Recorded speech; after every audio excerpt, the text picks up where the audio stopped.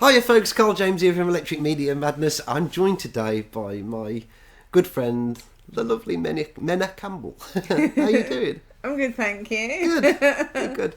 This is another one of those little treats for me because I wanted to get you to come on camera with me for a long time. And you'll have to forgive Manna, she's a bit camera shy, but we're all good.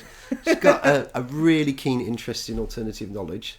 Not out doing talks or books or anything like that, but you follow a lot of what people do and you've got your interest in it yourself. But more to the point, you have an absolute love of TV and film, like I do as well. Yeah, but only old ones. Yeah, good None of the new stuff. I steer clear of that. Yeah. But I thought today we could talk a little bit about some of our favourites. More yours, but we'll bring mine into it as well. And maybe if we do get into that darker territory of what the sinister or subtext might mean. But can you remember I know this is a bit of an ask, but do you remember one of the very first films you ever saw as a child? You know, like, because I actually can't remember the very first thing I ever saw on television or as a film, but can you? I can't remember the very first film, I don't think, and I can't even remember the first sort of children's films I watched, but I think the first film I watched that was like a grown-up film, and it really had an effect on me, was Dawn of the Dead. Right. And my mum had a VCR. I think most people, it was probably about, did you get it in 1979 VCR? So we had it really early on. So I was a total telly jelly back then. And we'd record stuff and then I could watch stuff over and over again as well. Drive everyone mad. That's handy.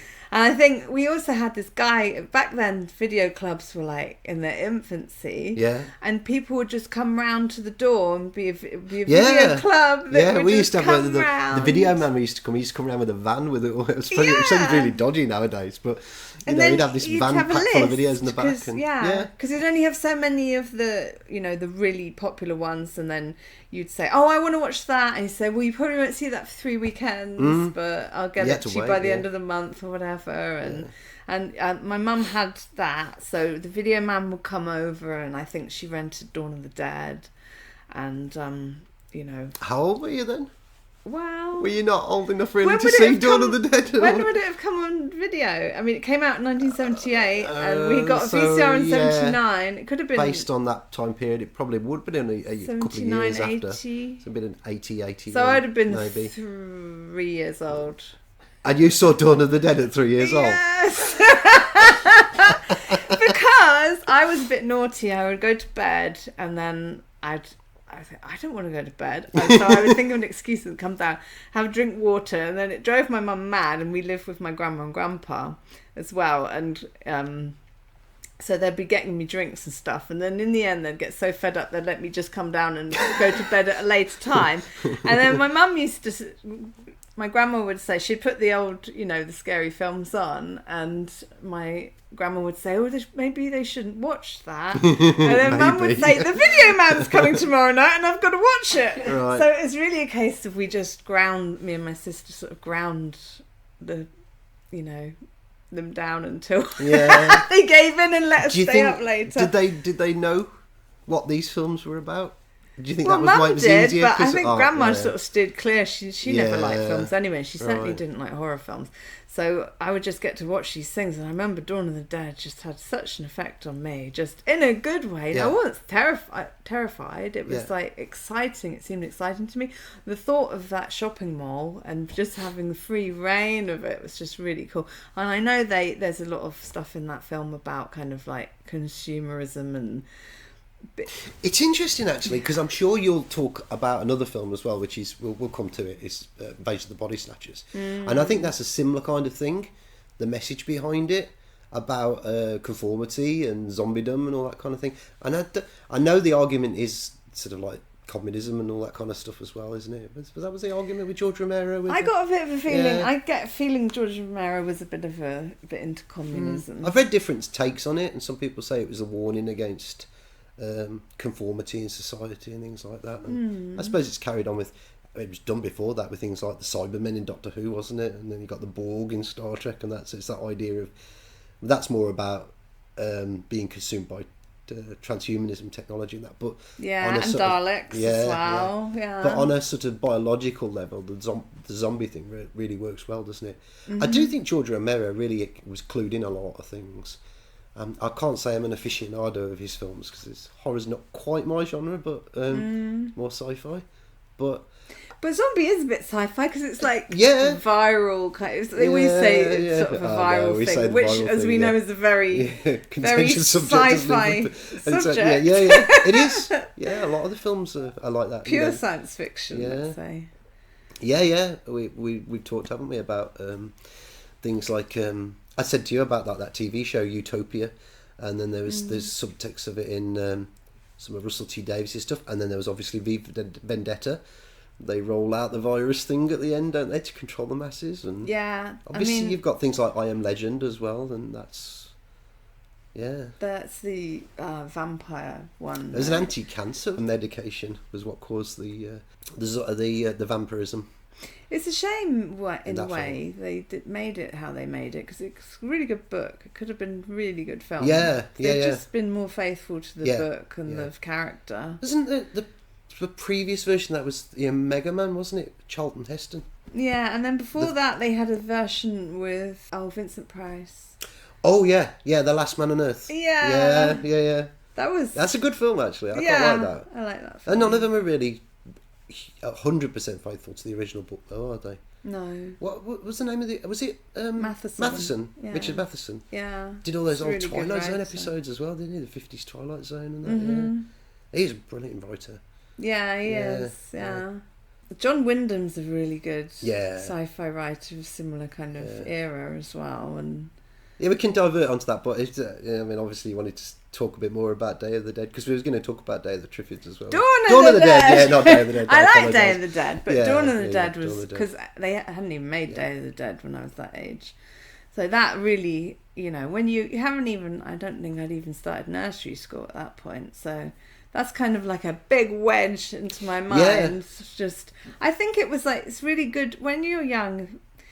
If you see things like that, it really opens up possibilities in your imagination and stuff of, so many things can happen. I think it sort of helps guard you sort of, so you can perceive that these things could happen. But I do like stuff. So I'm not totally against consuming, because we are in a material world, and I am a material girl, being an 80s girl. So, we do need stuff. We can't just live out in the woods and I don't know, maybe I'm a bit different. I'm not naked like in the woods, but I'm quite a bit more minimalistic. So I tend to buy only what I absolutely essentially need. But I do have things, as you've seen on the wall behind me when I do my videos at home and that. But a lot of that's what people have brought me. There's not a great deal of it I brought myself, outside of my books and DVDs, but a lot of those little trinkety type things were brought for me by other people, because people say, oh, Carl's into Star Trek, so let's buy him this little Spock Funko Pop thing, or whatever, stuff don't like those. Yeah, no, but, so I do tend to get, even now still, birthday, Christmas and that, somebody will buy me something like that. Star Trek But I won't generally go out of my way to buy those things myself. I might have done when I was younger, but not really now. It's like if you tell people you like owls, and then you suddenly start they owls, just get inundated with owls or pigs or something. Yeah. And another film I think I watched, similar sort of time frame, maybe a bit later, was Alien. And wow, that was really something else. And I hadn't even seen that many grown-up films at that point, but I could see that was so different from any of my experiences in my very short life. And that was a real wedge. And how old were you when you watched that one? Just 3 again? 4, I guess, right, okay. By the time it came out. I think I was about 8 when I saw Alien, so I was a bit older. But I do remember having the socks frightened off me the first time I saw it. Oh, it was amazing. Especially that's the chest burster scene. Yeah.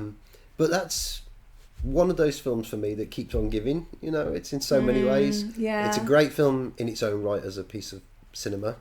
And then in more recent years of my life, knowing what I know about Ridley Scott. But even you've picked up on things like, because you recently got me that article about the buttons on the self-destruct thing on the Nostromo, which is that Ridley Scott had told the chap, whose name escapes me, and we looked at it not long ago.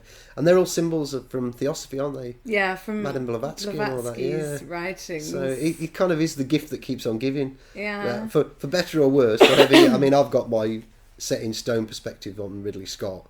He's not a Stanley Kubrick. He's not doing the good thing. He's not, it's there's agendas there.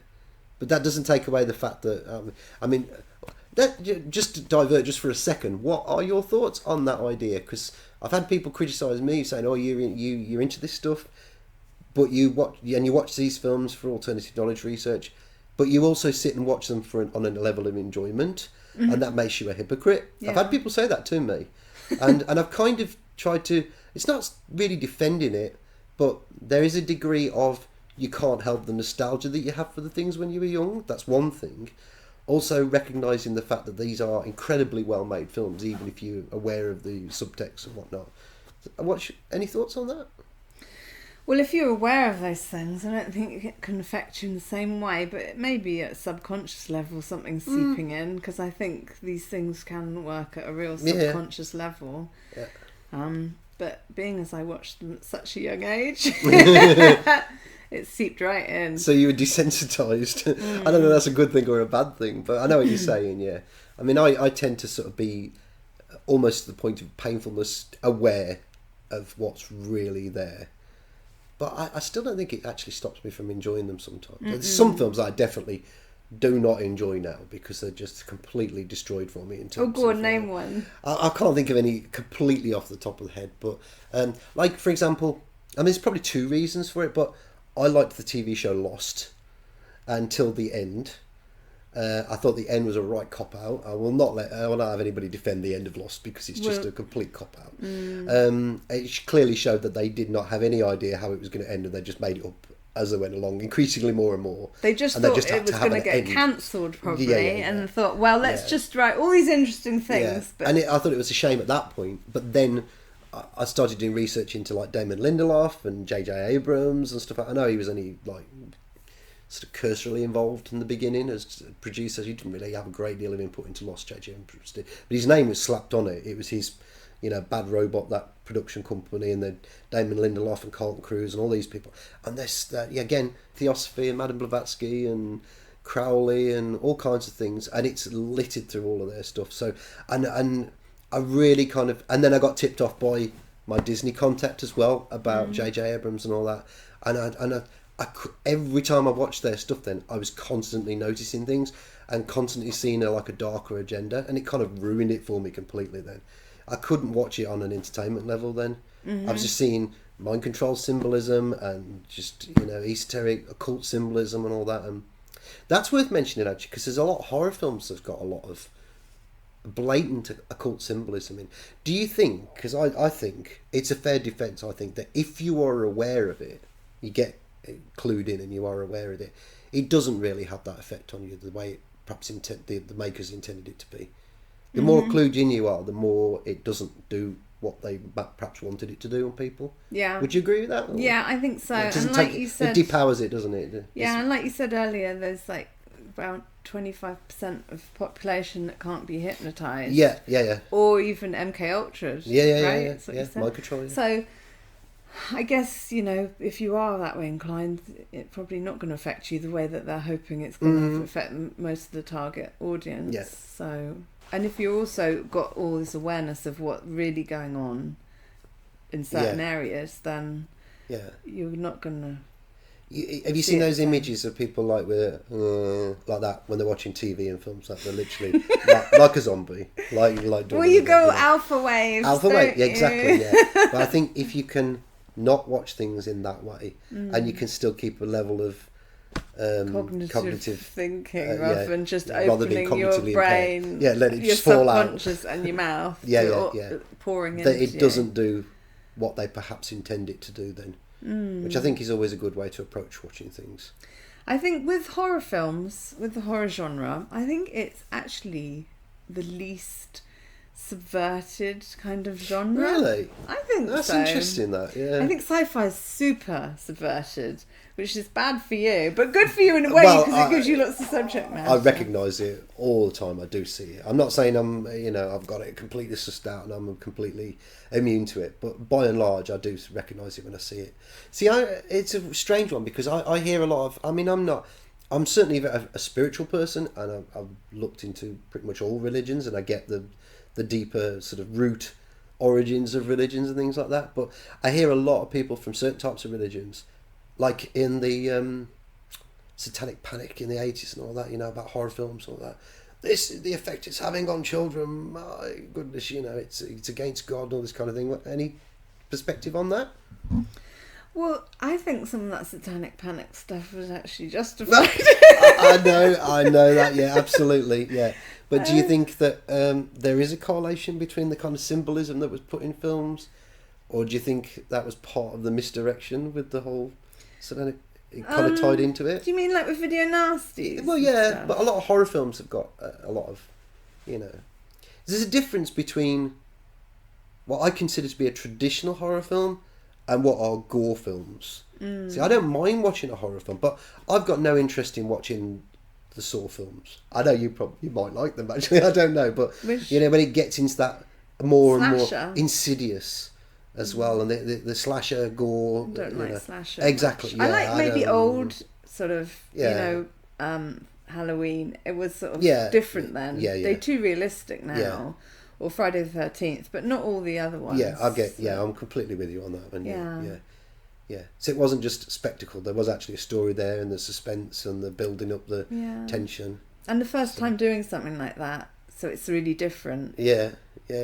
Which is exciting. Same with Alien. It was such a different thing, and then you could see so many people copying it after. Yeah, I suppose it was a bit like Star Wars when it came out, that no one had ever really seen anything like that before. I know you're not the hugest fan of Star Wars, are you? But I think Alien's a very similar type of thing. Nothing had ever been seen like that before, and the idea behind it is really simple. It's like a haunted house in space, a slasher in a house in space. Yeah.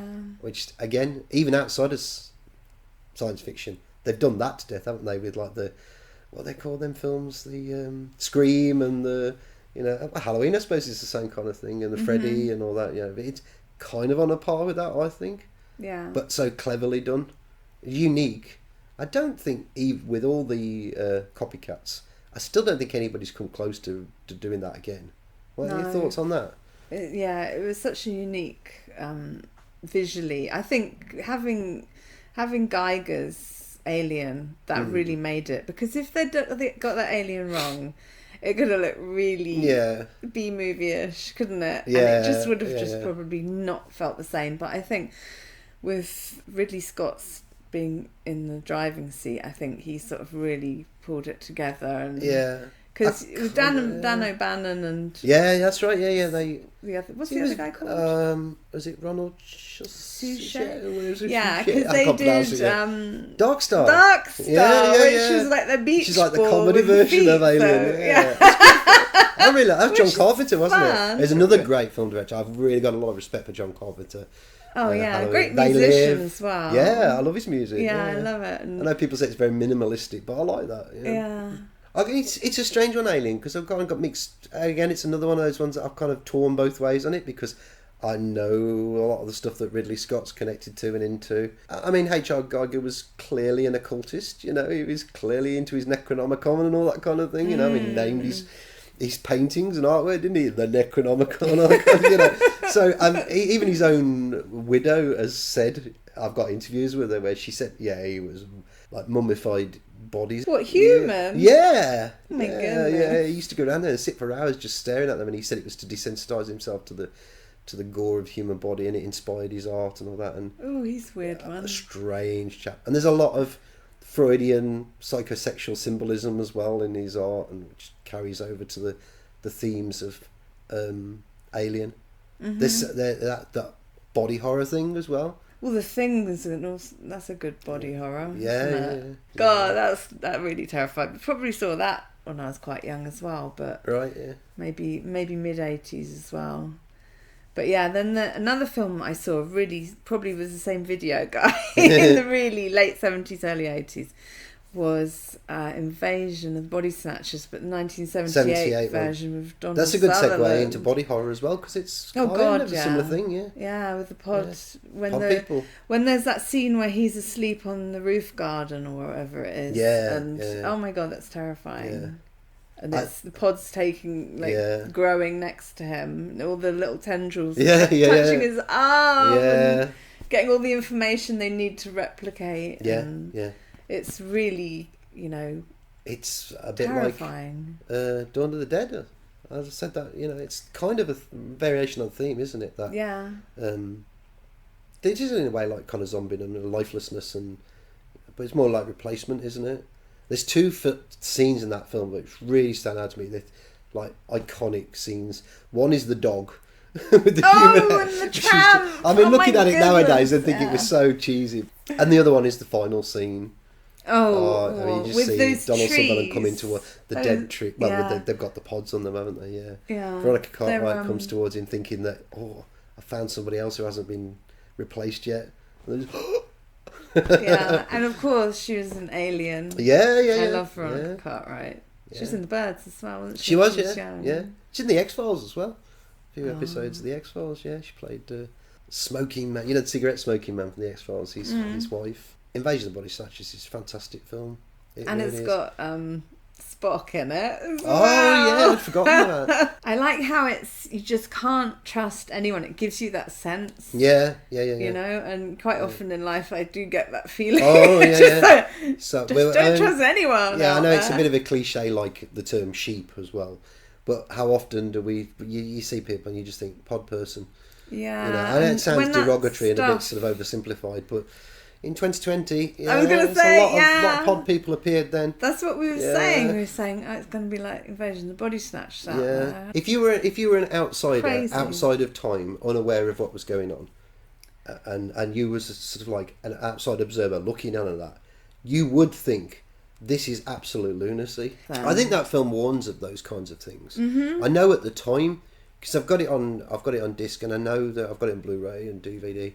And I know there's a commentary on there with, what's his name? Kaufman, the director? I think so, yeah. Philip Kaufman, that was it, yeah. And there's a scene where you see the Transamerica Tower in the background, and he points to it and said, that's it. That's an example of the takeover, the pod person culture.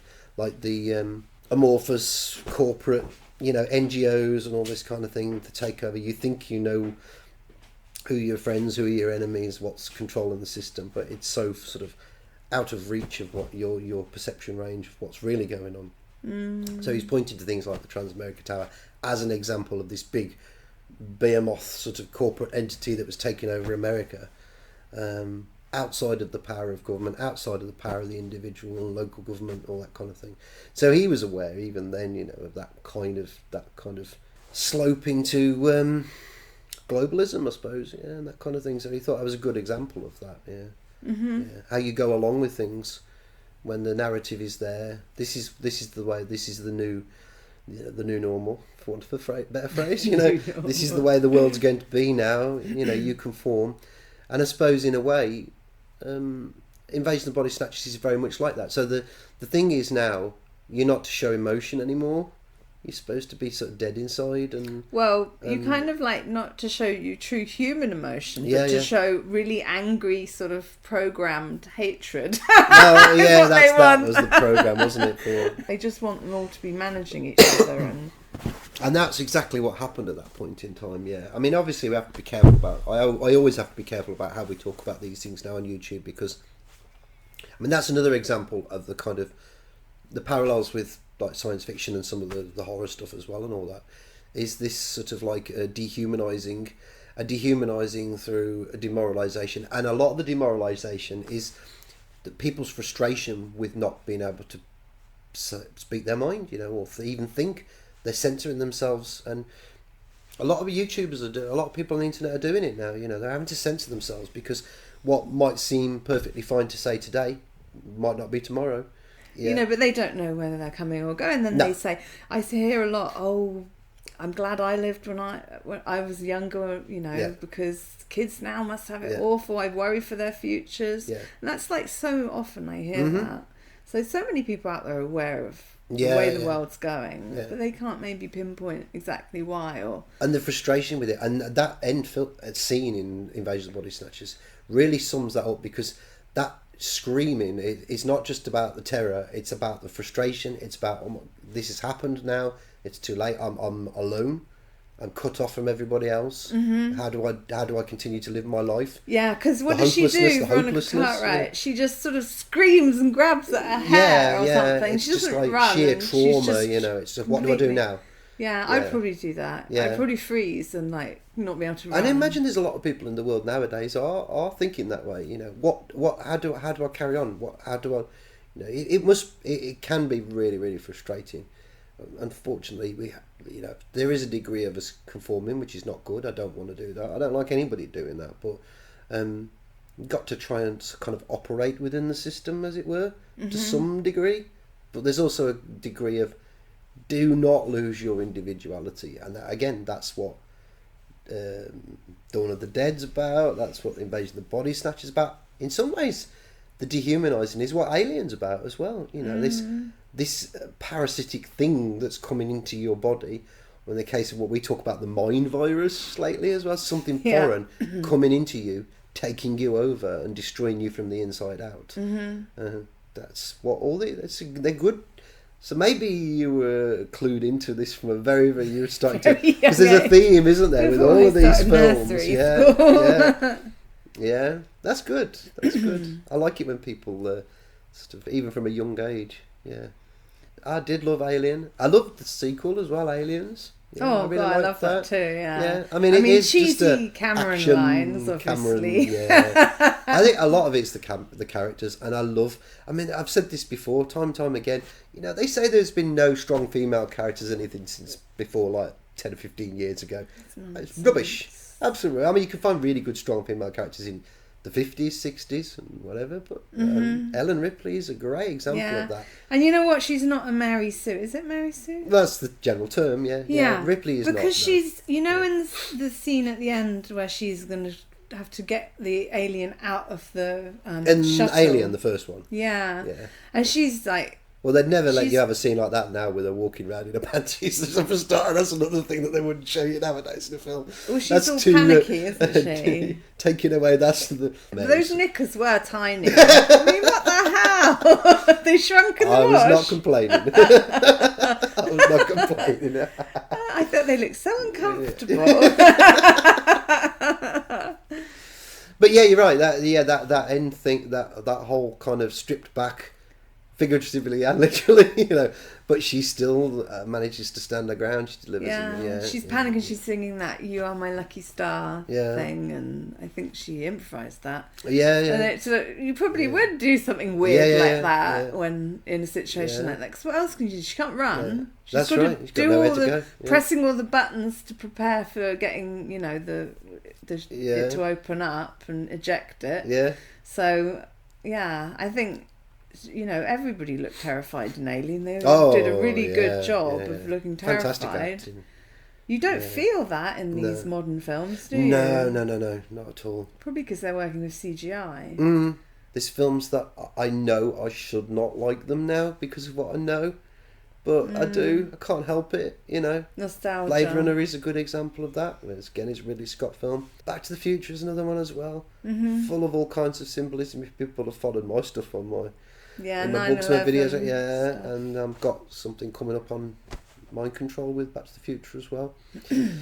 I said to you, they call it this wholesome family film, child friendly. There's a lot of dark themes in, People were a bit more hardened in the 80s. I suppose so, or maybe they just didn't care. Yeah, I mean, in Ghostbusters. This was another great film. I love that film. And they're hinting that Dan Aykroyd's getting a thing from a ghost. I know, and not forgetting the fact that when Bill Murray's character, goes to Sigourney Weaver's apartment when she's possessed by that, and he's got that jab full of Thorazine, is it, that he's going to inject her? He's actually got the jab on him, So what was he taking that for?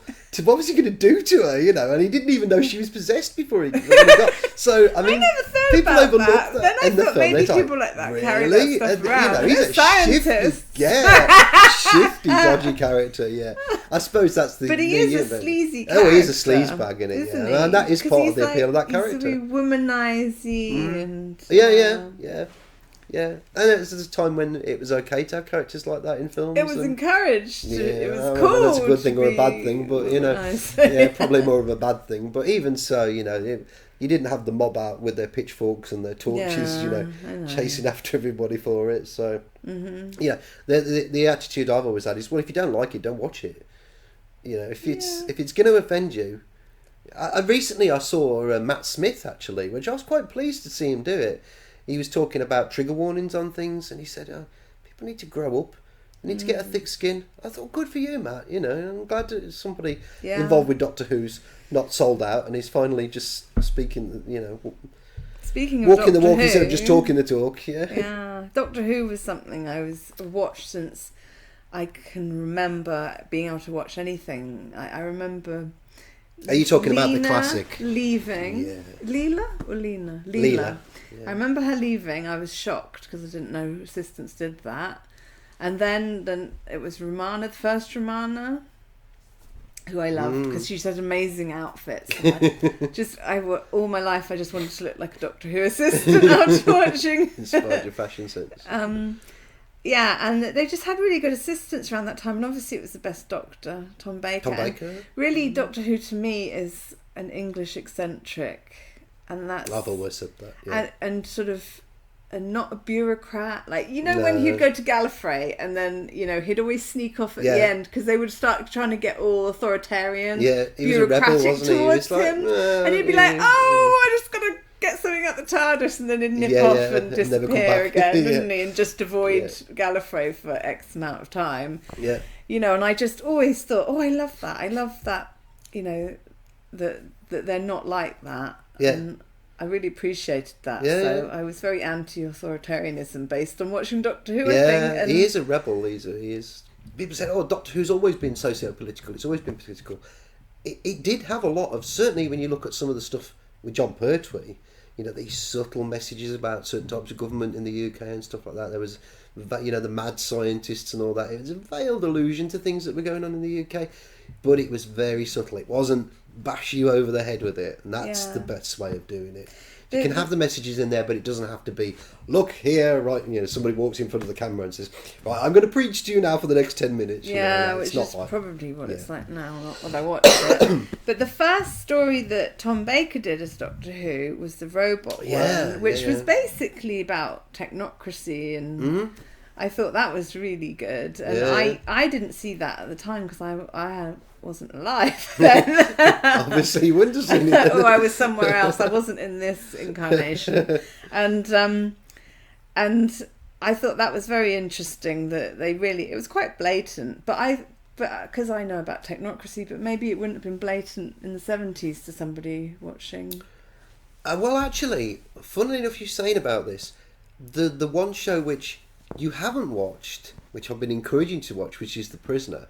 A big part of The Prisoner is about the encroaching technocracy of the 60s. Oh, yeah, it's very much about that. The surveillance state, the cameras watching you everywhere, and all that kind of thing. And having your identity card. Yeah, and they're all using like village credits. There's no cash, and oh my god, you can't drive anywhere. You've got the local taxi service and the bikes, and that you can't get out of the village. You're trapped in there. So I think there was an awareness of it then. And I think there probably has been some early Doctor Who things that were subtly, but whether we as the just sort of passive masses watching at that point in time, would we have picked up on it on quite the, is it much more of a sort of academic thing as opposed to just everyday Joe would have picked up? I don't know. You're right about Robot. It's very against technocracy. And the Cybermen is pleased about. The Cybermen is a warning against transhumanism, and that was. Yeah, way back in the early days of Doctor Who, that was. Yeah. And he had some great lines, and he delivered them so well, Tom Baker. Oh, he's just like, I love him so much. He's my ultimate Doctor Who. I did get to meet him once, you know. Oh my goodness! Yeah. He was. This was back in the early 2000s at the NEC. Well, I suppose Tom Baker was always the Doctor Who for me. So yeah, he was really. There's something sort of indefinable about him. He was relatable. He was everyman. He was eccentric. Really good actor. Very likeable. You know, very likeable. And just was so righteous without being self-righteous. Yeah. And without being preachy. Like he could... Yeah. A message could be conveyed so subtly and beautifully. They're just incapable of that now. They're so clunky in their messaging. Because their messaging is just... The thing is... that drilling things into people. That is the priority. Whereas at one time, message was secondary to story. Yeah. Good characterisation, story, plot, that kind of thing. And they wouldn't even have to spell it out. Primary. You could just pick up on it. Yeah, without it being blatant. Yeah. I think subtle is much better because you're not, you people go away and think about these things for a little while. As a effect on me, like Star Trek growing up as well, a lot of that sort of ideology seeped into my sort of worldviews. Has still to this day. Yeah. Maybe that's a form of subtle indoctrination that wasn't perhaps a good thing, but I think it served me well. Infinite diversity and infinite combinations, the Vulcan view on the world, the variety is the spice of life kind of thing. So I learned that from Star Trek, But it's subtle. It's subtle. And Doctor Who did the same thing. Probably more subtle, actually, I think, because it was British. And the British were very good at doing subtle, as well as blatant, but without feeling like it was blatant. Yeah, another really good programme from similar sort of time frame that I watched... I think it was 1981. It was first on. It was Hitchhiker's Guide to the Galaxy. Oh, yeah. And that, it had that feel of Doctor Who and Blake Seven. Douglas Adams was a script editor and writer on Douglas Doctor Adams Who, wrote a bunch of Tom Bakers, didn't he? Yeah. And Paddy Kingsland did the radiophonic music. That's right. For Hitchhikers and did a number of my favourite stories from Doctor Who. Oh, right, okay, yeah. Who've got his music that really stick in my mind. So... Just love all that Paddy Kingsland music. Douglas Adams is really, well, he was, bless him, he's not with us anymore, but really eccentric. Again, it's that eccentric Englishness, and I love that. I love it just that, really, again, sort of gave me that feeling of that quirky English humour. Yeah, understanding sort of culturally what it is to be English and, the silliness of it all, the silliness of the world. And City of Death. And yet so profound as well, like the last scenes in Hitchhiker's Guide to the Galaxy where they're back on planet Earth and the Golga Frinchans are there and they realise that we're the hairdressers and the bureaucrats and all that. And, we're the people that humans are descended from around that bath making documentaries about themselves. the unwanted. It's just so funny. But it kind of a self-fulfilling prophecy, wasn't it, about the world today? Yeah, it was sort of very circular. You can make an argument that we are, to a large degree, the population is the Golga Frinchans now. It's, we are the Bee-Arkers. I mean, look, for instance, look how many runners there are now, all these parkrun people. And that's what the Golga Frinchans were. They were joggers. Your first sighting of the Golga Frinchans on the ship when they're on the Bee-Ark is that they hear joggers coming. So that watching that at a young age, again, I was around a similar age. It was 1981. I was only 4, so that had a huge impact. I'm rereading the books at the moment again. Oh, really? Yeah. I'm really enjoying it. I'd forgotten. I bet I knew in my heart of hearts how good they were, but it's just reminded me again how really good Douglas Adams was as a writer. How funny it is as well. He was genius. Just to interject for a second, one of my favourites that I've always loved and will always love is Red Dwarf. It's very similar kind of humour to The Hitchhiker's Guide to the Galaxy. Slightly darker and a bit nihilistic, but still. But so British, so English and eccentric and it's another classic. Another programme I really liked was one that came in 1985. It came on. That was called Maelstrom.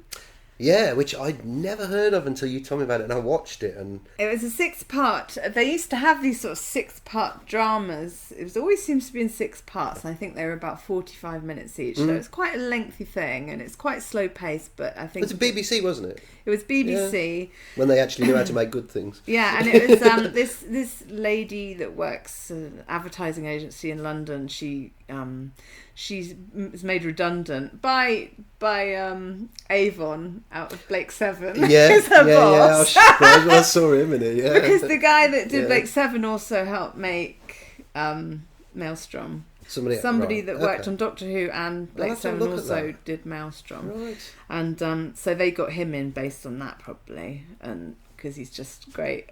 And then she's made redundant, so she's thinking, what am I going to do? And then she gets a letter from a solicitor, and she's been left something in a will. So she goes to the solicitors, finds out there's some Norwegian industrialist who's died and has left all these things in Norway, including a farmhouse and farmland and an island opposite because it's in the fjords, so there's lots of little islands around, so it's island and a house on the island and a fish processing factory and all this stuff. And then so she goes over there to get her fortune, but there's these 2 sisters that are the actual daughters, and you kind of sort of get a little undercurrents. You don't know what's going on, and contesting the will, if I remember rightly. Nobody's knowing why. Who's what? Why this has happened, yeah. And she gets the keys to her kingdom, and she goes to the farmhouse, and opposite the farmhouse is the island with the other house on. And then she goes across to that and goes in and has a look around this other house. And then she goes into this room, and then this music they have. Freaky, so scary. Yeah. And the shots of these dolls and the whole room is filled with all these antique dolls. And it just absolutely terrified me when I was like 7 years old or however old I was. And in fact, we actually went to Norway to see all the location shots because I'm such a mega fan.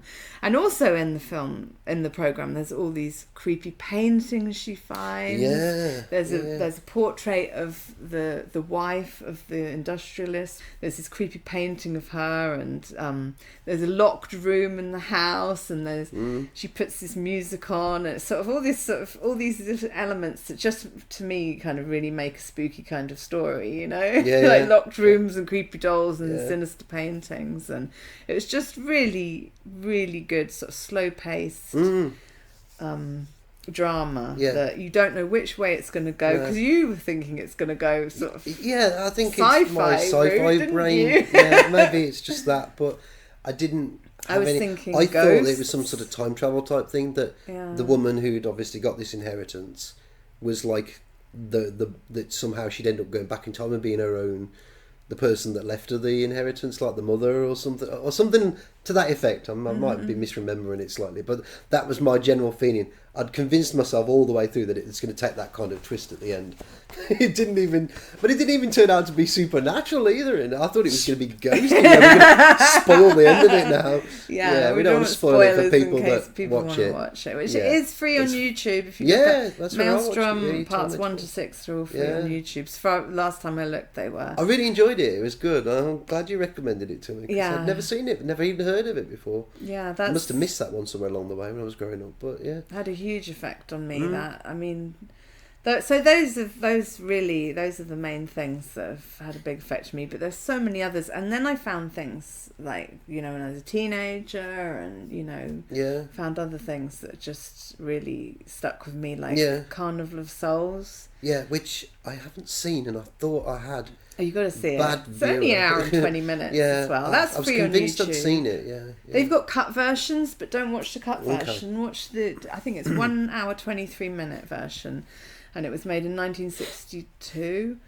It was by this chap called Herc Harvey, who was actually made educational films, and this is the only feature film he actually made for entertainment purposes. But he does such an amazing job, and he... I might be interested to look into somebody like that, actually, because the fact that they were like making educational films is always a bit of a... for me. Maybe it's that I don't find anything, but there could be something interesting there. So. Yeah. Yeah. But it was such an interesting film, and it was beautifully shot and really good cinematography. It's in black and white, and it sort of starts out, you know, it seems like, oh, it's going to be one of those sort of cheapy B movies, and it was cheaply made, but it's something very special about it. And also, George Romero said early on that when he did Night of the Living Dead, he said he was inspired by the way these ghouls in Carnival Souls looked. That look of the zombies in the... in Night of the Living Dead, how they looked. They just sort of do it's dark all done makeup, white isn't it? makeup, There's no dark gore. makeup. Yeah, it's just sort of, well, yeah. But the way they made them look, not the way you would typically expect a zombie to look in there. I suppose we've been acclimatised to a different perspective of them over the years. But it's a very unique look, isn't it, in that? Yeah. Yeah. And it's just really cleverly shot, and it has some really, really sort of spooky moments. And the music in it is it's by this chap called Gene Moore, and it's all because the main character is an organ player, you see, so she plays music, the organ for a church, and that's where she's moving to. And it starts off, she's in the car with these two girls, and they see some guys at the lights, and they say, let's have a drag race. And you can't imagine why this character's in this car. Is it American film? Sorry. It's an American film, yeah. Filmed in Utah and Kansas. Right. I've heard people have told me about it loads of times over the years, but for some weird reason it's kind of slipped through the cracks for me. I've been aware of it, but I've never actually watched it. I thought I had watched it, but oh, you've got to watch it. Yeah, after you said about it, I went away and looked. I thought, no, I'm pretty sure I haven't seen it, unless it fell down the memory hole somewhere along the way. But yeah, I mean the music. So what year was it again? Sorry, 1962, and it starts off where they're having a drag race, and then they're going across a bridge, and the girls go over into the water, and then it just starts the credits, and I remember when I watched it when I was a teenager, straight away I was like, because I thought, oh, it's a crappy B movie, it's going to be rubbish, and as soon as the credits rolled, I was completely sucked in. It was like almost the music hypnotized me right into it, and like I went completely alpha wave and got. It was so weird when I watched it. It felt really familiar, as if I'd seen it before. Okay. It was a very odd feeling. Like I almost felt like it had been made specifically for me, and. You know, I get that with some films. I just think these must have been made for me. I don't like hearing reviews of other people talking about it, because I think that's my film. Right. Okay. I don't want to hear what other people think, especially for you, about it. Yeah. But it's such a good film. Right. I shall definitely get around to watching it. Yeah. Another really good film that you need to watch that I've told you about before is Burnt Offerings, which is actually a TV movie. I thought I'd seen that and I hadn't. So yeah, got Oliver Reed in it. Karen Black, Betty Davis, such a good cast. Yeah, I always get mixed up. There's another one, probably one of Betty Davis's last films. She was in Watcher in the Woods. That's the one. I love that. That film. was one of her last films. Love Watcher in the Woods. I think that might be what I'm getting it mixed up with, because I have seen that. That's very interesting. The themes that is in that. Bizarre film. Yeah, you could pick that apart for a few weeks. Yeah, Disney though. Now, what can I say?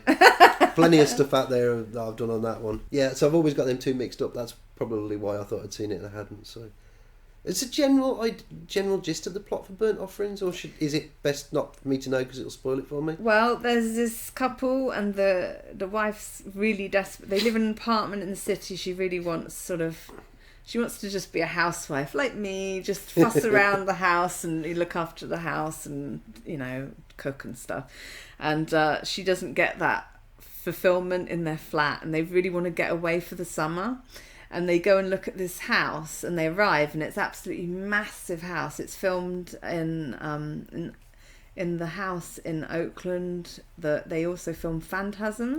Oh yeah, with Morningside Cemetery. That big white house is also in Burnt Offerings, and it's actually called Dunsmuir House. Yeah, which is in Oakland, Northern California. I really want to go there.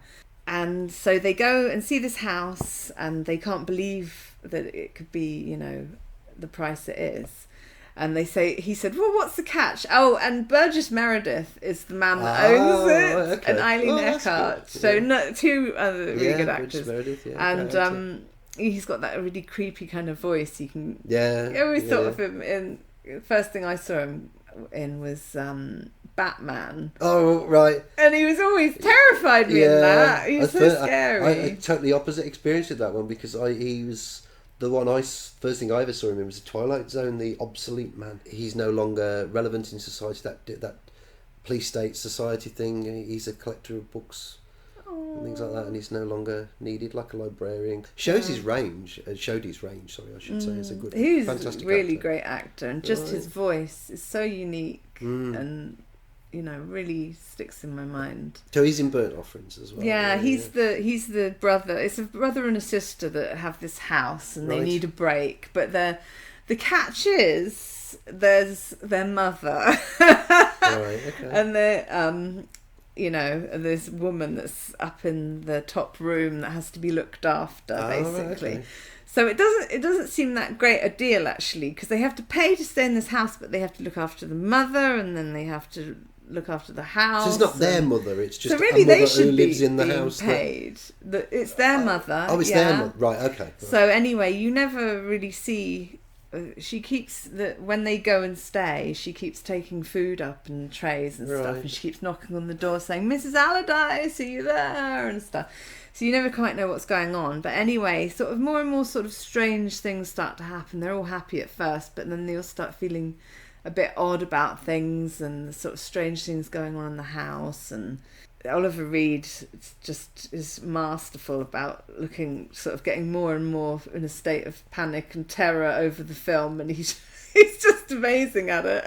He's a bizarre one, isn't it? Because he's kind of got this footnote left in history of him just being this alcoholic, with his jug of orange singing "I'm a Wild One" on that TV show. And that's kind of been like his legacy. People forget that he actually was a good actor at times, I love Oliver Reed. He's also in The Brood, the David Cronenberg film. Yeah. And that's another film I love. Yeah. And it's a strange one with David Cronenberg because he's kind of like... They're creepy, his films. Body horror and... Yeah. Oh, God, The Brood is so body horror. Yeah. Videodrome. Mm-hmm. Yeah. Yeah. Interesting, I was reading something the other day about that because that's Debbie Harry. At the time, I found this article in the old Starlog magazine, and she's questioning the moon landings in the interview. Debbie Harry. I thought that was strange. I filmed it on a film set, didn't they? I thought, that's interesting that Debbie Harry thought that at the time. That was a weird thing that you would bring up, but I think the theme was because obviously Videodrome is connected to our perceptions of the reality through the TV set. So maybe that was the kind of the allusion she's going off on a tangent. I remember there, when they had the moon landings anniversary. Was it the 30th in the late 90s? 99. Yeah. And they put a lot of programs out then about the moon landings were faked, because I remember watching them and I started thinking maybe they didn't happen. And I also remember when I was at school, it was about 7 or 8, and they showed a bit of the moon landing thing. I'd never seen it. And I remember thinking that just doesn't look very good or very real. And that's my initial first view of it. I just remember thinking, that looked really rubbish. Yeah. Is that even really that? Do you think that, just not to get away from that subject, because we've talked about this in the past about things that happen in history. Again, you have to be so careful about what you say on YouTube nowadays with these things, but certain events, and there's a degree of dissociation when you see them that does not look real as it happens. Do you think maybe some of that's conditioned predictive programming through films that kind of sets us up before the fact to be ready for it? Yeah, I thought that would be your answer. But yeah. I'm sure they've been at that stuff a long time. The amount of people that we know who've it happened to me, when things happen in 2001, September the 11th, that we immediately think of certain films. And I think that way about so many other things. And the moon thing is obviously, prepped by 2001: A Space Odyssey and with Kubrick and all that as well. Whatever people's take on that one is, I'm kind of in a different area with that now. I'm not going to get into that here while we're recording this because that's something I'll talk about another time. But yeah. But that was around the time they also had the Alien Autopsy, and then they had X-Files. So the 90s was pretty full of all this sort of... Yeah, and I'm quite surprised, actually, that was allowed. But again, it's limited hangout, I think. I do think it's conditioning a limited hangout, because I've read so many things, so many interviews. I've seen interviews with people who worked on the X-Files and that, where they've said, they had people from the CIA and the military there on the scenes advising them on scripts and things like that. So you can't just assume, it was a great thing, it was... opening up the truth to what was going on. It's very much steered perception management, bringing that into the fore, really. Stuff about UFOs and aliens. I did have because I kind of just skipped over it as we was talking about it, but there was a synchronicity which might bring us on to something that you've forgotten to mention. Another film that was filmed roughly around about the same time as 2001: A Space Odyssey, about a certain couple in a certain apartment in New York. Rosemary's Baby! Another favourite of mine as well. And I love it. It's not something that I should really like, knowing what I know, but I can't help but... There's so many synchronicities that film, with the John Lennon thing with the... From the apartment. Yeah, because they say that the man was shot outside. Yeah, because, she still lives there, Yoko Ono. Does she really? Yeah, I'm sure if my husband had been shot outside the house, I'd want to move to another house, but it's up to her. Yeah, well, depending on what you go with in terms of the official narrative of... Do you think witches do live in that building in New York? Well, I think Yoko Ono's a witch. So. Are you allowed to say that on YouTube? I don't care. That's one thing I don't care about saying. She's certainly a very well connected through her bloodline. Oh, really? Oh, I didn't know that. Japanese royalty, I think. Japanese elite, if nothing else, yeah. Yeah, I'm going to visit that building when I go to New York. Are you going to? Yeah, because you're going to New York, aren't you? Are you going to go and see it? Yeah. Oh, yeah. I got to go there. That film, that's another one of my absolute favourites. Yeah, I get the Bramford and the Dakota mixed up. It's Dakota, isn't it? Dakota's the real one, and the Bram... Is the fictional name. One from Rosemary's Baby. Yeah, that's right, yeah. I always get the two mixed up, which is real and which is fake. Messing with my mind as the film has done. There's loads of synchronicities there. I did a video about it with a Laurel Canyon scene and all that, and all the connections between Kubrick and Aleister Crowley and Anton LaVey as well with the because Well, some people say Anton LaVey. Yeah, they was say the he was guy inside. There's no real evidence the of devil that did the thing to Rosemary. Unless it's just a bit of a smokescreen one on that one. But people who shown the proportions of the costume, and he wouldn't have been able to fit it into it. But I thought it just looked like... I wouldn't have put it past him to have been an advisor on it. Yeah, I thought it was Guy with her husband, John Cassavetes, with contact lenses in. Yeah. That's what I thought when I used to watch it, But then the close-up, as opposed to the sort of slightly further away, because you do get a shot of it. You only really see the eyes, I think. I thought you saw the silhouette, the full body shape of it at one point. No, I think it's just the eyes. They're some people think they've seen the baby when they watch Rosemary's Baby. At the end, they never show the baby. And that, I think, is a really interesting example of the Mandela effect, Because I remember seeing the baby in it as well. Because what have you done to its eyes? I've watched it recently and there's no baby in it. Unless it was cut at some point along the way. Baby that I There was a version maybe at the theatre when it first came out. People do remember seeing the baby, so you never know. I never saw it at the theatre. I never saw it at the cinema. So, no. But I do remember seeing it at one point, and I saw the baby, but it's not there now. I've got my copy of it, and I've watched it fairly recently. It could be just it's so well done that it just gives you this thing in your mind of what it looks like. When she says, "What have you done to it? Yeah. What have you done to its eyes?" Yeah.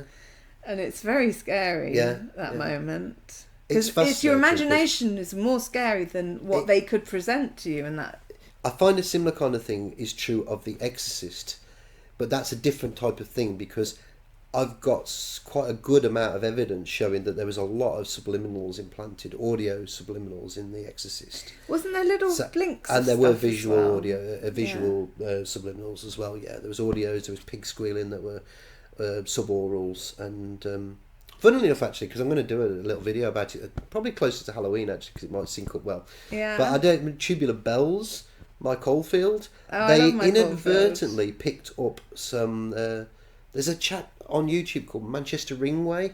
He listens to transmissions from radio towers and military frequencies and stuff like that. And he put a video on there on his channel about how they picked up some. I'd have to double check what kind of military it was, but some sort of military transmission that was inaudible, but picked it up in their studio as they're recording Tubular Bells.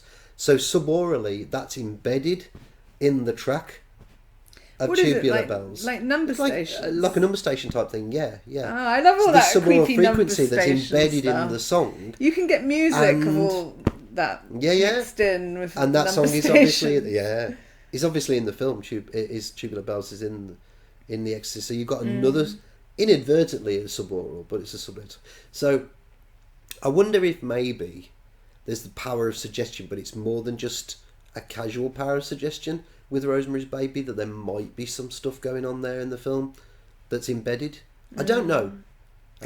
You know, there's also that really strange. I mean, Roman Polanski was the director, and then just within a couple of years of the making Rosemary's Baby, there was the Manson murders, which is all very strange synchronicities. I've looked at that. Sharon Tate, who was really good friends with Mia Farrow. Oh yeah. And obviously she was pregnant and she was and obviously Roman Polanski was married to Sharon Tate, and you obviously got Mia Farrow, who was with Frank Sinatra, and you know what they say about Frank Sinatra, and he was in the Manchurian Candidate, and people said that there's real life, you know, that she was Frank Sinatra's Kathy O'Brien, perhaps. Oh, no, that's a rumour. That Mia Farrow was a programmed. Because do you know what victim. he actually they were obviously married when she was filming. He didn't like her filming Rosemary's Baby. No, absolutely so he not. kept saying, "Stop filming this." I think he wanted to be the centre of attention. Yeah, to have a wife that doted on him. Yeah. And so he says, "No, I'm going to make this film," and he ended up saying, "Right, I'm divorcing you then." Yeah. So they got divorced. Yeah. But then they continued. I know. There's a lot of strange stuff there, and I do think outside of the obvious things. I mean, again, you know what I'm talking about, and there'll be people who watch this video who will get what I'm talking about as well. Whatever you might make about Kathy O'Brien, but go and read Kathy O'Brien, Transformation of America, because there's a lot of muddling, but there's also a lot of truth there. And I think a lot of it's because of her screen memories and the way she's been affected, so it's difficult to kind of...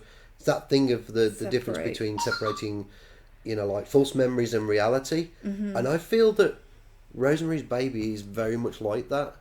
You have that scene where she wakes up, she's got the scratches on her, and she's really not sure what has happened to her. She's got Even an though idea she was of what's sort happened of to conscious, because she didn't eat all the chocolate mouse, did she? And even as a viewer, you're not really 100% sure what has happened. It's very much left to the imagination and the possibilities. So, what are your takes on that one? Yeah. Yeah, well, I just, Rosemary's Baby is just amazing, isn't it? So I do find it to be a very subversive film, and perhaps subversive in good ways in some, not in others. Yeah, it's a big mixed bag of, it's depend. I think you have to go into it very much with, I think it can be a bit of a dodgy affair to just go into watching it blind, not being aware of the larger things, not being aware of like the Laurel Canyon thing and the mind control thing and all that, and the witchcraft, the occult stuff and all that as well. You do have to be aware of it to have a larger context. Because to me, if you're easily led, yeah, that film can be very not a good influence, I think. But weirdly, I find it, maybe other people don't, but I find it really like a comforting film. It's really comfortable. Why is that then? Because it's just... you don't see or feel anything particularly. There's these little undercurrents, but there's something throughout it that's like something really comforting about it. So it's so masterly how they've kind of fused those two things together, where something, well, maybe no one else feels this, but to me it's like a really comforting film, and yet at the same time it's so sinister. Yeah, because I suppose it's the setting, and it's most of the people in the Bram are like, you into a in the sense of coven, security. they're all old people that are just someone you meet in the shop and have a chat with. So there's something so familiar. That's actually a good thing, because it kind of is a warning sometimes to never take people on face value. That's a good thing. Yeah, and Minnie Castevet is just brilliant character. Yeah. She's so funny. She's so New York, and and then you wonder why she's with Roman, because he sort of seems a very high up kind of person. And I like the fact that the character Rosemary, very much doing everything she can to fight back against. People think she's losing the plot, but she's like, no. I mean, she kind of questions it a little bit. Is she losing her plot? But she's fervently determined, no, I need to get to the bottom of what's going on here. This is serious stuff. This is affecting me personally. It's not just an outside observer to something. This is directly me. Yeah, and and then Hutch and she tries sticks to to her warn guns, her, doesn't doesn't she? he? Yeah. Despite what they say, she sticks to her guns. And then, so that's a positive thing as well, I suppose. And then Hutch obviously tries to warn her, and then gets put in a coma. Yeah.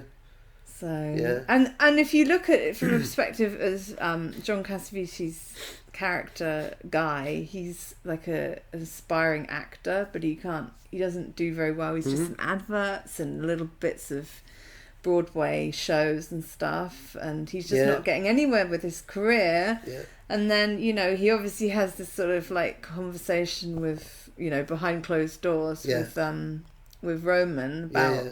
Well, I can get you a Hollywood career. So it's kind of that element in there too, of like, if you're prepared to sell your soul and your sacrifice your wife child, your wife, that's right, to be have that done to her by the devil. That's pretty intense. Which we've heard so many of those types of stories, and we know there's truth to that. So that's another good pointer in that, actually. So it's not all something that we should be wary of with that film. There are some interesting ideas there. Yeah. Who wrote the book? Just Ira Levin. And he also wrote Stepford Wives. Another film I love. I wanted to mention that. Yeah. I think all the films I really love about people, being traumatized by they can't trust anybody around them. I think the theme is very much. There is a pattern here to the things you like. yeah. Don't trust people. Isolated people that are being wary around them, because that's another fantastic film. That is Stepford Wives. Yeah, the 1975 version. Yeah. Did you ever see the one with Nicole Kidman? That they just turned into a comedy as opposed to it. It's just silly. I like the Brian Forbes one. Yeah. There's been a lot of different versions. So there was a Stepford Husbands as well, which I've never seen. Yeah, Stepford Kids. Stepford Kids, yeah. Revenge of the Stepford Wives, which I think's got the woman that does Marge's voice out of. Is it? She's one of the main characters in Julie it. Kavner. Yeah, that's it. Yeah, but the ultimate obviously is a Stepford Wives. Really good book as well. And Rosemary's Baby is really good book. They're both really good films and really good books. Yeah, absolutely agree. He also wrote that one about where they were cloning Hitler. Boys from Brazil. Yeah. So that's which is another good film. He's written a lot of very interesting themes. English money backed that film. Yeah, that was. I want to say ITC, or it's something to do with Lou Grade or something like that. It's a money that came from the UK that made that film, Boys from Brazil. Yeah, a bit like Capricorn One as well was another one that was a good one. English financed. Yeah, about faking the Mars mission. Yeah. Is there anything else you wanted to mention that you can think of? Not that I can think of. No. That's a good point. Day of the Triffids. The TV series. Day of the Triffids, from 1981, I think it was. BBC made it. Had John Datteen. When the BBC made good stuff, John Datteen was the main character. Again, it was one of those 6-part dramas. Yeah. It's just one series. And that was incredible. Another, wedge into my tiny mind of, apocalyptic things. So. Yeah. And again, not being able to trust people because everyone's getting desperate. There's loads of blind people, and then you've got the element of the Triffids as well, the monsters that you need to avoid. Yeah. That was just such a well-made programme. It's been a long time since I've watched it, but I do recall it being very well made, and I really liked the idea behind it. I've recently read John Wyndham's. John Wyndham, was it? Mm-hmm. Yeah. The book again. Did you? Yeah. It's been years since I read that. It's of its time, very 50s. I think I might have had a bit of a Mandela effect going on with that one, because unless I've just got it muddled up with another book. And did you ever see the Tripods? Yeah, I love the Tripods. That was another one. They cancelled that before they finished it. Those are really good books. Yeah, and there's bits from the Tripods that I get mixed up with I don't know why, but maybe it's Trifts. But yeah, there's bits that I always get muddled up between the two. So I really do need to watch Day of the Triffids, the BBC version again. Yeah. But I do remember it being the BBC version from 1981. Yeah. That's just so good. I think that the film 28 Days Later. I think there's some influence from that version of Day of the Triffids in that as well. I saw it when I first saw it. I thought, this is reminding me of Day of the Triffids. Yeah. So I'm sure there's some inspiration from that as well. Yeah, yeah. That whole era of... did we gloss over Blake 7? I don't know if we mentioned it. I mentioned Blake 7 very briefly. Oh, that's another great one. There's a similar kind of time period. I mean, they were like renegades, weren't they? Yeah. Really? They were trying to escape. I love that. I love that first episode where he's subversive, and they're trying to stop him from speaking out, and they trying to stop him from finding the truth of what's really going on. And that line, and I have to be very, very careful. Again, I can't word it word for word on here, but on YouTube. But they say, oh well, if I don't go along with them, they're going to accuse me of being something, and the phony bone of contention kind of thing. And I think about people who've had so much via the media, certainly like what Richard D. Hall's had happen to him, trial by media. Yeah, it's terrible. And that's kind of foreshadowed, I think, the way we treat people today that don't go with the official narrative on things, and that's what happens to Blake. Yeah. In that first episode, convicted and sent off to the and then does his Magnificent Seven thing, with such fun. Yeah, but it's That's great. A good It's film, a really Magnificent good Seven. subversive TV show. Again, Terry Nation. Yeah. He did The Survivors as well. Did you watch The Survivors? I haven't seen About the the original viral Survivors. outbreak. I've got it. I That's need a great- to watch that's that. another My great mum show. really likes that Yeah, I love The series. Survivors, yeah. Again, it's that kind of it's that predictive sci-fi- programming as well, with sci-fi. the illnesses and viruses and all that. But even so, still very well acted, brilliant stories. Yeah. Yeah, I was a big fan of Blake 7 because it had that feel of Doctor Who. Yeah, but it seemed maybe a little Terry bit more Nation. racy, maybe. Terry Nation. Yeah, With it's Servalan. Yeah. And then Blake wasn't even in it after a time, so it was Blake 7, Yeah, but really it became was like Avon. was like the they brought main... him back for the last episode. They're very controversial. Do you know they're bringing the Blake 7 out on Blu-ray in November? Oh, really? Yeah, they've done an update of it. They've redone the special effects with modern CGI and all that. No, I don't I know. want that. I know. I want it to be it the should clunky, be interesting to see that. I think I might have late to get 70s, that. early 80s look. I've got the DVD, the original versions Yeah, of them. Yeah, let's stick with that. Yeah. We don't need all this CGI rubbish, do we? It's really interesting to see. Sometimes it works. I liked when they did the original Star Trek series, when they redid that for the Blu-rays, and they redid the special effects with CGI. I know that's controversial because some people love the old shonky ships flying around on strings and that. Well, didn't But you say they changed all the Star Wars films over time? Oh, they've messed with them. I mean, George Lucas messed with them, and Disney messed with them even more. So you good luck finding an original version of. Oh, I have got them. This is I why it's shouldn't good talk to about have... how I've got them, but I have got some good quality original versions that you would have seen them in the cinema as. So, yeah. That's why it's good to have, physical media is a media, big thing for me. DVDs, VHS, or whatever you've got. I know it's convenient to have them as digital files, but you've only got to have a power cut, or something crazy happens with the internet, or censorship goes mad and you can't watch this anymore. And all those things that you love. And I say this to people who watch these videos as well. Don't ever get rid of your physical media. Keep collecting. Just I've got keep that market DVDs. there. Keep it. A viable option. No matter how much they're trying to shut it down, we need to keep buying it and reminding them that people are buying it. Because if it goes, things will disappear forever. There are things that have disappeared into the midst of times, and we'll never see them again. It's sad. And they can digitally change something and make and gaslight us all. Yeah. Like, what were we talking about? They were like, they changed things and stuff. What was it you were saying? Oh, Catch the Pigeon. Yeah, the Mandela Effect. Yeah. I mean, I do wonder was sometimes. Catch the Pigeon. They are literally in real time correcting things, but it doesn't explain how I can have a book, which I've had since 1983, on my shelf, that had a picture of C-3PO in it, all gold with no silver leg. And then when I was made aware of the fact that he apparently always had a silver leg, I went and got that book off my shelf, opened it to the page, and he now has a silver leg. So either somebody's messing with my noggin. You must be really suggestible. Somebody's been in and ripped the page out and glued another one in or something. Or, I don't know. They've hypnotised you and said, you will see a silver leg. Yeah, I mean, people do say that it's a kind of mind control effect, but that's a subject for another day, I think, for another video. But unless there's anything else you want to say, so I think we can round it up there, can't we?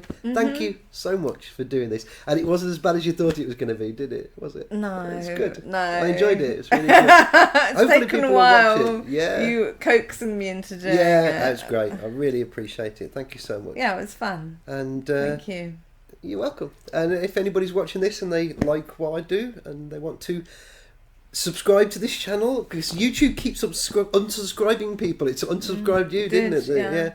And it keeps removing views, and what's going on I really don't know. But if you can show your support for the channel, I'd really, really appreciate that. And thank you so much for watching. And I will see you again very, very soon. Bye bye for now.